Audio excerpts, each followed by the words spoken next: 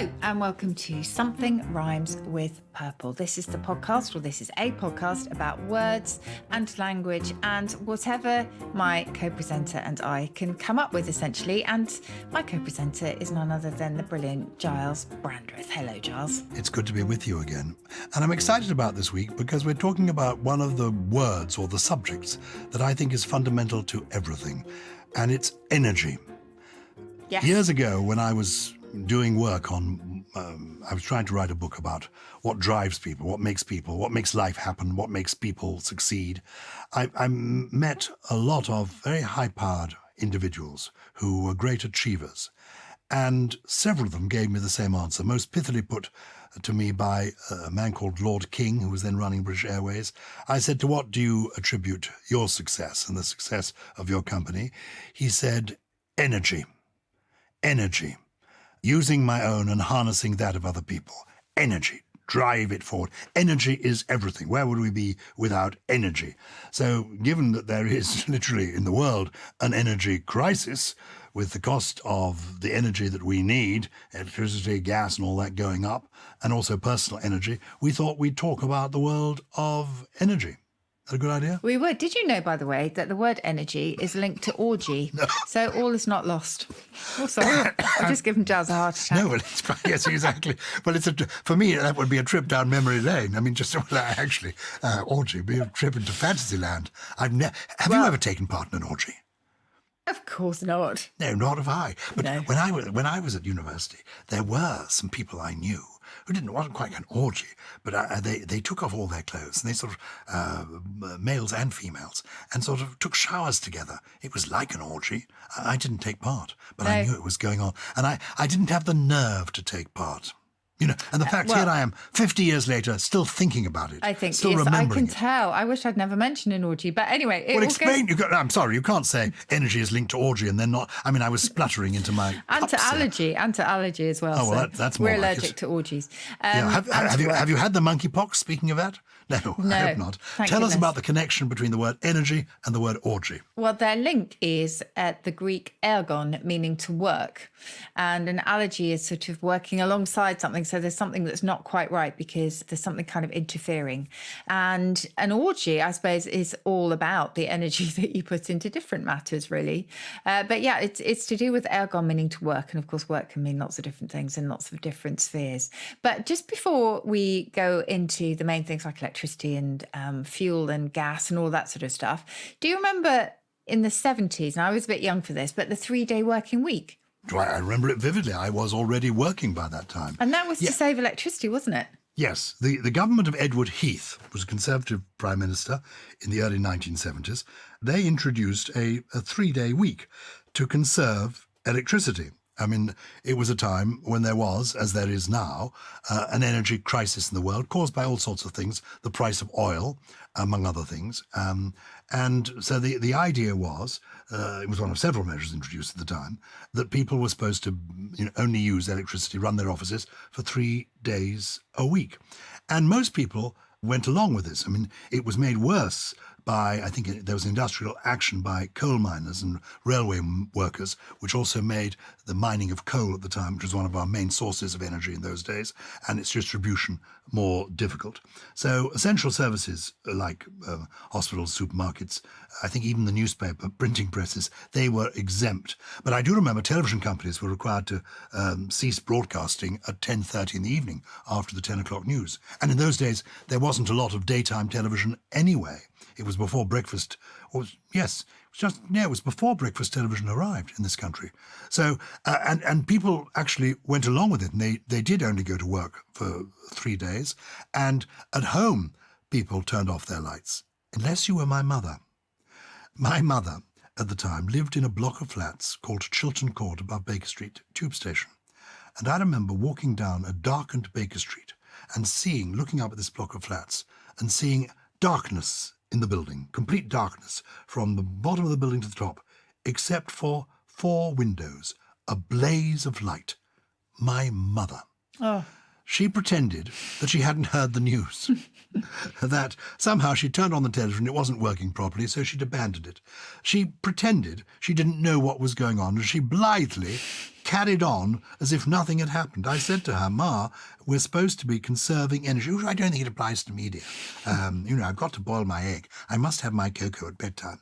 Extraordinary. Some people are extraordinary. Well, should we Bless her. start with electricity? Yes, please. Because I love the origin of this one. It's quite unexpected.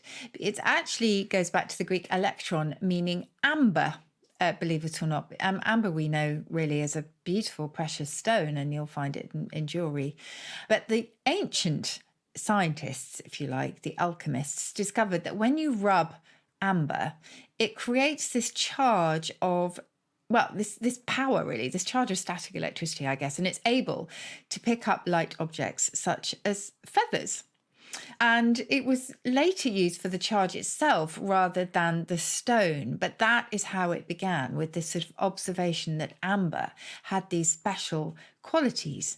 And the first usage of the English word electricity is in 1646 in a work by Sir Thomas Browne. And they talk about an electric or an electric body that attracts straws, for example. And so, simply put, electricity was originally the property of behaving like an electric, if you like. And it was only later that it shifted to mean the cause of the attraction instead of the property of being attractive itself, if that makes sense. I mean, Thomas Browne was one of the most remarkable people who ever lived, born at the beginning of the 1600s. And he was a true polymath. And I think lots of phenomena, and perhaps lots of language connected with science and medicine, and also more esoteric subjects, comes from his work, even though he isn't so well known today. Yeah, and he wrote something called the Pseudodoxia Epidemica, didn't he? Which was quite a seminal work. So that's electricity for you, and really, really ancient origin, as has gas, actually, which I love. Now, that was only coined in the 17th century, again, by the Belgian chemist and physician. He was called Johannes Baptista van Helmont. And he was the first scientist to realise that there are gases other than air. He discovered carbon dioxide, for example. But he based gas, believe it or not, on, again, a word from the ancients, which was chaos. Now, the Greek chaos meant a gaping void or a chasm, but then came to mean the kind of formless matter out of which the universe was thought to have been formed. And because it was formless and quite random, we get today's sense of chaos, confusion and disorder, and that was first given us by Shakespeare. But yes, he used it to describe things that were other than air and this substance out of which it was believed the universe was formed. Well done, It's him. great, isn't it? To gas, though, as in, gassing and gossiping. Well, not gossiping, gassing, talking excessively. People say, "Oh, stop." Well, they don't anymore, but it used to be kind of slang for talking. Yeah, stop gassing. I think people would say that today, stop gassing.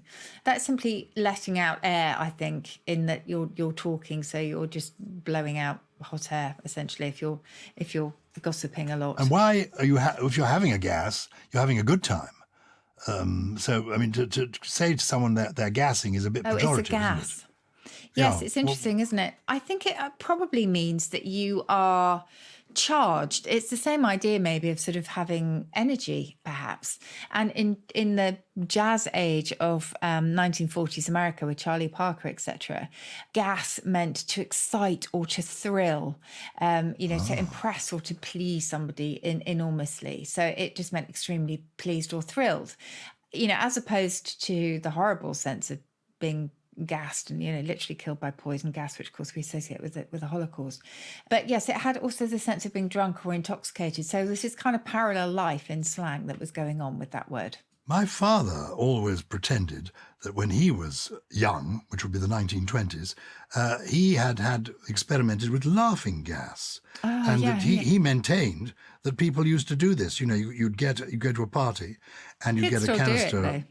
Oh, really? Yeah. They do they? Well, I don't know if they do it with canisters, but they buy the helium balloons and then they deflate them and suck in the air, and then they talk like Pinky and Perky. Oh, I mean, it's nitrous oxide, isn't it? It is, yeah, but I think, isn't a helium balloon it doesn't have nitrous oxide in it? I think. We don't know our chemistry, do we? Is it safe, do you think? In small doses, I would imagine, yes, when inhaled produces anesthesia or at lower concentrations, a feeling of exhilaration, also called laughing gas. So maybe what you breathe in from a helium balloon is different. That just makes you talk funny. And laughing gas is the nitrous oxide that makes you feel elated. I think they're two different things. Well, I would go a little bit carefully. My advice to you is don't overdo the laughing gas. Not that Or I've the done helium any. for that matter. Or the helium for that matter. Very Yes. good. What a gas.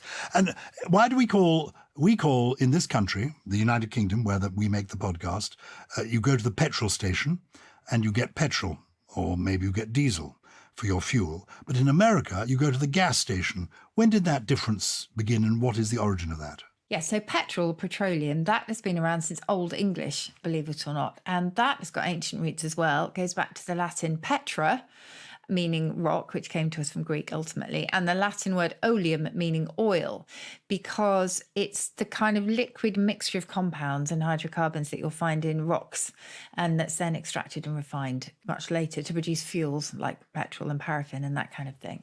But I love the fact that these have such ancient linguistic origins. So that's petrol.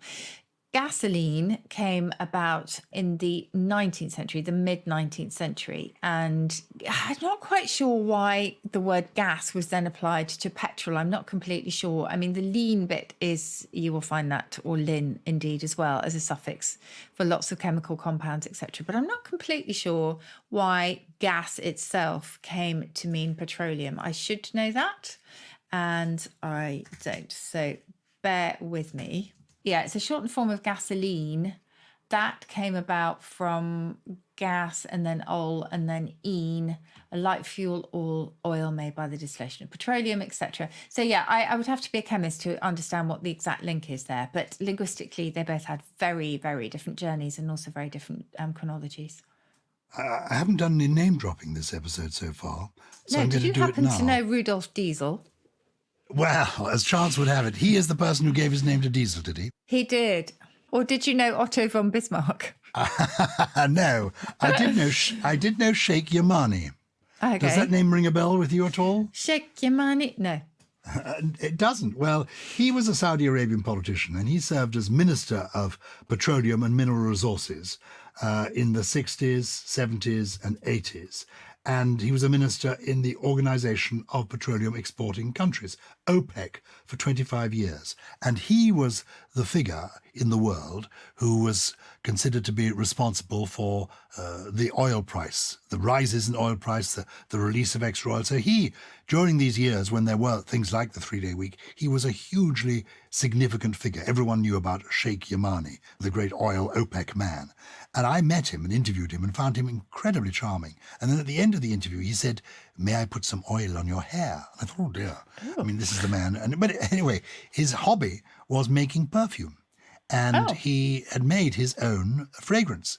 And he gave me a little head massage and applied this oil to my hair. Gosh, he did that to you. Oh, I love head massage. Yeah, well, there you are. So I had, this will only impress older listeners, but if you are of a certain age, I think you will be impressed that you're listening to somebody who once had a head massage and oil applied by Mr. OPEC himself, the great Sheikh Yamani. Some unguents.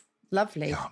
What's the origin of the word unguent? Is that interesting? Unguent goes back to, as it's Latin for ointment, but it also gave us unctuous because somebody who's unctuous is quite oily. I talked about coal coming up from the ground and problems. Oh, I need to go back to diesel. Of course we do. Absolutely. Tell us about Mr. Yes. Diesel. Well, Diesel. I find diesel fascinating because it's got a little bit of a murder mystery behind it, potentially. When Otto von Bismarck, the German Chancellor, declared war on France in 1870, he unwittingly was essentially paving the way for the invention of the diesel engine, because at that time, Rudolf Diesel was living in Paris. He was a young man, German parents, but the outbreak of war forced him to flee to England with his family. And no sooner had they arrived than Rudolf's uncle in Germany offered to take care of the boy until the war was over. So he was put on a train with his uncle's address on a card tied around his neck, and the trains weren't running on time. This was war. It took this young boy 8 really long days. And he remembered this. And when he grew up, Rudolph apparently was determined that those steam engines that carried him to his uncle should be replaced by something better. So it really inspired him to conduct numerous experiments. And some of them were pretty lethal. One of them nearly killed him because his first diesel engine exploded.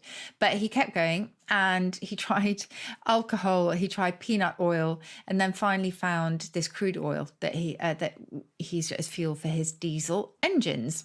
But the reason I mention this sort of murder mystery is that he became very rich and famous, as you would expect, but he died under very mysterious circumstances, unfortunately, because he was travelling to England on a cross-channel steamer, and this was maybe opening decade of the 20th century, and he was on deck. He was seen on deck with his travelling companions and then retired for the night. But he didn't appear the next morning for breakfast. And 10 days later, they found his body, and they have no idea how he died. But nonetheless, Diesel is an eponym, and he gave it his name because of those experiments that, as I say, were inspired by that horrible journey that he had to make during the war. I can't believe there hasn't been a movie about this. I know, you would think so, wouldn't you? Extraordinary story. Yeah. And someone needs to actually unravel the mystery.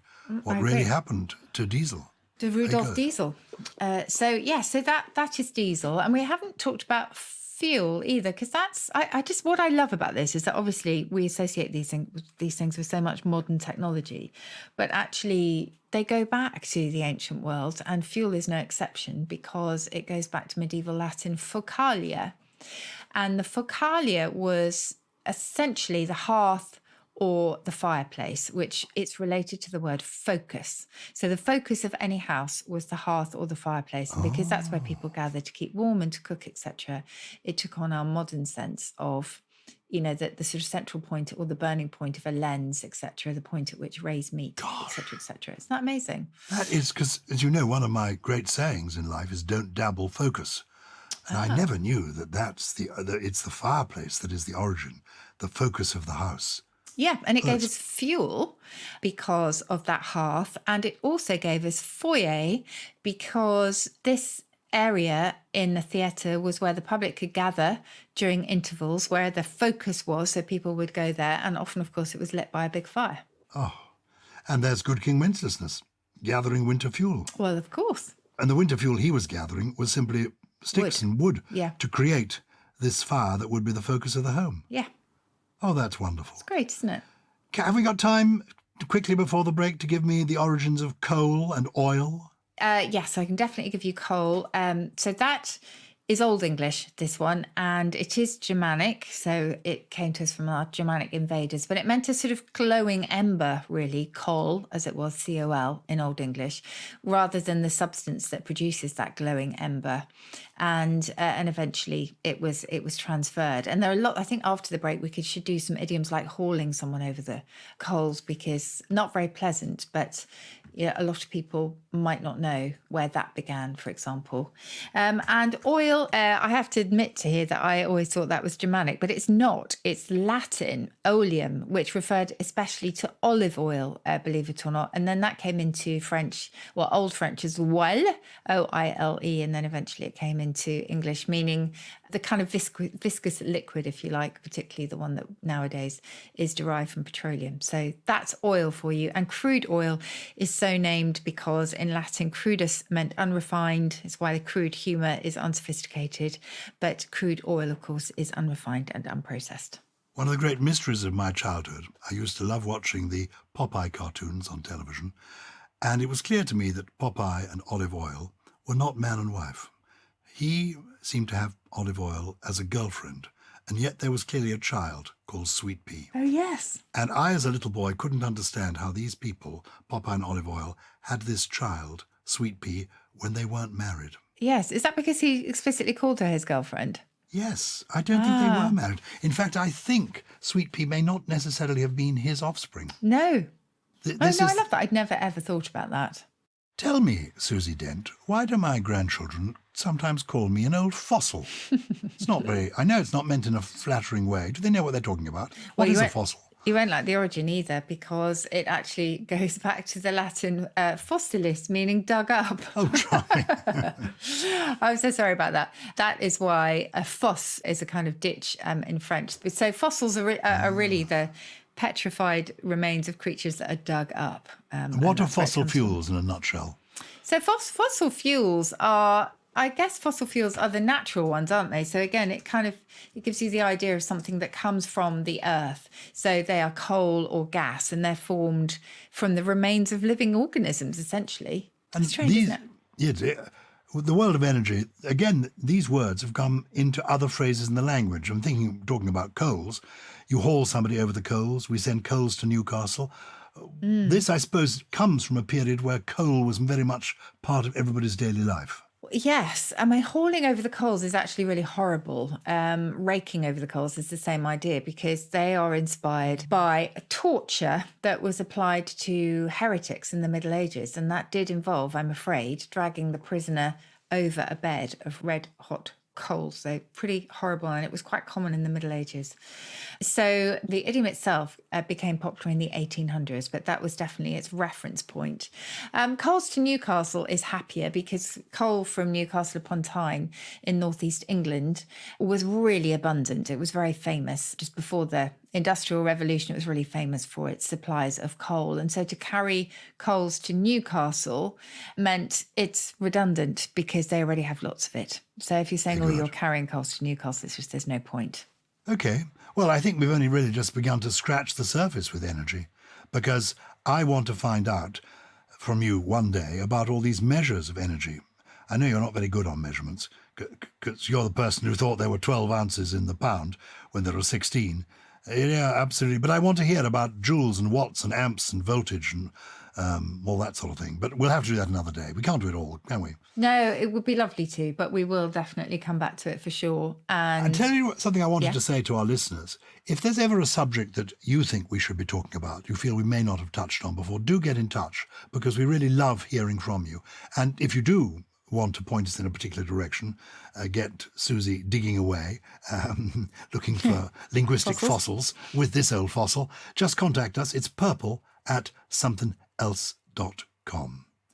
So, who's been in touch this week? Well, we have a great question, actually, from a doctor, Dr. Richard Simpson, and I think he is a medical kind of doctor, given his question. Whilst still medical students in Manchester, a friend once challenged me to list all of the medical or surgical specialties that end with atrix. At the time, I could only come up with paediatrics, geriatrics, and bariatrics. It's intrigued and annoyed me ever since why some specialties are ologies, oncology, nephrology, etc., some atrix, like the ones above, and some just ix, orthopedics, genetics, etc. Please could you tell me what the rules are? Dr. Richard Simpson. I think we have to do an entire episode, Richard, on atrix, because just the words there, paediatrics, geriatrics and bariatrics, will just be fascinating to explore. Bariatrics is essentially the branch of medicine that deals with obesity. So it's a brilliant, brilliant question, and I'm going to answer it as simply as I can. So ology, those of us who grew up in Britain will remember Maureen Lipman, who Gyles knows extremely well, is a good friend of his, but she did this fantastic advert for BT, wasn't it, Gyles? Where yes, British Telecom, telephone people. British Telecom, she's nattering on the phone, and she's quelling or gushing over her neighbour's achievement, nephew's achievements. She says, what, he's got an ology? Terrible impersonation of Maureen. But anyway, ology is actually a real word. And it comes from the suffix meaning a field or branch of study. So it's the comprehensive, usually scientific, but it's the study of a particular subject. And there are many, many of them. It comes from the ancient Greek logia, meaning the study of. So it actually is nothing to do with apology. That's one that doesn't belong in this family, but there are lots and lots of zoology. I mean, Richard mentioned lots there, oncology, nephrology, etc. So it is the study of a particular field. Now, atrix that are mentioned here, geriatrics, etc., that is a little bit more focused on medicine, because it goes back to a root, Greek again, meaning healer or physician. So atrix usually was used on its own, meaning belonging to medicine or a physician. So the iatric art was the practice of medicine, essentially. And so that inevitably went into other branches of medicine. So clearly there's an overlap because the people who study these things will study them comprehensively, and it is a particular subject. But the atrix bit belongs more closely to medicine, whereas you can have ology belonging to lots and lots of different subjects. What about other atrix? I think immediately of theatrics. Yes. Is that related in any way? Actually, that's a very good point. Why you always throw these things at me, Gyles, and I think, why did I not think it? Why did I just...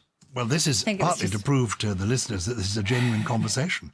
We really are. And which I can't always no, answer. but you have the answers to everything, if not already in your head, at your fingertips. Yeah, at my fingertips, because I have the OED in front of me. Now, I am wondering if, it's actually not linked, believe it or not, which is really interesting. But theatric, it goes back to the Latin theatricus, meaning belonging to the theatre. So I think if you have theatrics, you are basically engaging in theatrical behaviour. But I think those go back to theatricus rather than iatrics that belong to medicine. Brilliant question. Very good. Well, look, keep your questions and queries coming. It's simply purple@somethingelse.com. And we get so many that we must quite soon, I think, devote another episode simply to trying to answer all the queries that come in. Oh, I love all those episodes. They're my favourites. Do you have... my favourite moment, really, is hearing your 3 words. And I try to write them down and then use them. Otherwise, I'm afraid they go in one ear, out the other. Okay, well, these are quite unusual ones and not sure how much you're going to use them really. But the first is, I just discovered this one today and I've never heard of it before because it sounds actually really nasty. Glandaceous. So to be glandaceous means to have the yellowish colour of a ripe acorn. Oh. Isn't that interesting? Very interesting. Yeah, so I just was struck by that one today because it wasn't what I thought. The next one, I think I possibly may have mentioned this before, but it is very useful. Paralypsis. Do you remember what paralypsis is? Paralypsis. Oh, it does ring a bell. Go on, say it again. Yeah, Give me a clue. it's a really sneaky figure of speech where you're essentially drawing attention to something while pretending to say that you're not going to mention it. So, when we say, oh, not to mention blah, blah, or to say nothing of blah, blah, actually what you're doing is drawing attention of it. So I won't even mention the fact that you got drunk last night, Gyles. Yeah. So that's paralypsis, which, as I say, is quite useful, but not particularly pleasant. And the final one is Agathism. Agathism is essentially the belief that all things tend to the positive. It's not quite the same as an optimist. So an optimist kind of believes that in the sort of good here and now, and that essentially the good things, are about to happen now. But Agathism is more fundamental, that in the end, all things tend to the positive, even if the means to get to them are horrible. And I find that quite reassuring. Explain the root of that. The ism is would be as in theism or atheism. A doctrine, for example. Yeah. It simply goes back to the Greek agathos, which actually didn't give us very much except the name Agatha, but agathos, and it just means good. Oh, Agatha means good. Yes. Oh, lovely. I didn't know that. Isn't it? Because the idea of Aunt Agatha and Agatha Christie Did you have writing an Aunt Murder. Agatha? No, but I feel there was a kind of character called Aunt Agatha. It's a period name, isn't it? And people of the generation of Agatha Christie, so born, as it were, 100 years ago or so. Yes. Well, I didn't realise that it was a good warm... and honourable. Oh, that's lovely. Well, that's how I want to be. Though I have to say, sometimes reading the newspapers or turning on the television or the radio and hearing the news, I do feel a little bit negative. But this is good. Let's all try and become more optimistic and agathistic. Exactly. Speaking of which, do you have a poem for us? I have a couple of very short poems. I've still got on my bookshelf Ogden Nash's Zoo. These are poems by the wonderful 20th century American versifier. And I wanted to make sure that I was getting this one right. It's one I know well. It's called The Cow. I thought since we were doing energy and gas would come up, I would give you... Yes, exactly, because apparently the cow is one of the main sources of methane gas in the world. Absolutely. That's why we should all go veggie. Absolutely. And it's a very short poem. It's well known. It's called The Cow by Ogden Nash. The cow is of the bovine ilk. One end is moo, the other milk. But there's another poem which is a little bit longer, and I'm just reading it because it's on the facing page in this little book of Ogden Nash's Zoo. It's called The Duck. Behold the duck. It does not cluck. A cluck it lacks. It quacks. It is especially fond of a puddle or pond. When it dines or sups, it bottoms ups. Speaking of bottoms ups, I don't know if you heard a little bit there. Sorry, that was my cat pulling up the carpet, if anyone had the sound effects behind. But that's quite appropriate. We actually thought it was you breaking wind. It sounded a bit like that. Show empathy for the poor beleaguered cows. Yes, yes. Punished for naturally giving off methane gas. So it's a jolly unfair world at times, isn't it? I ought to mention, that we currently, before we disappear, we currently have 20% off on all our stock in our online store. We've got amusing merch that people might like. If you're an enthusiastic purple person, go to the link in the episode description and or Google contraband shop. It's contraband spelt with a K. Contraband shop, something rhymes with purple. And we've got T-shirts and mugs and totes available while stocks last. Oh, well, yes. Thank you so much to all the purple people. I'm being attacked by my cat for getting in touch with us in the past and also hopefully in the future.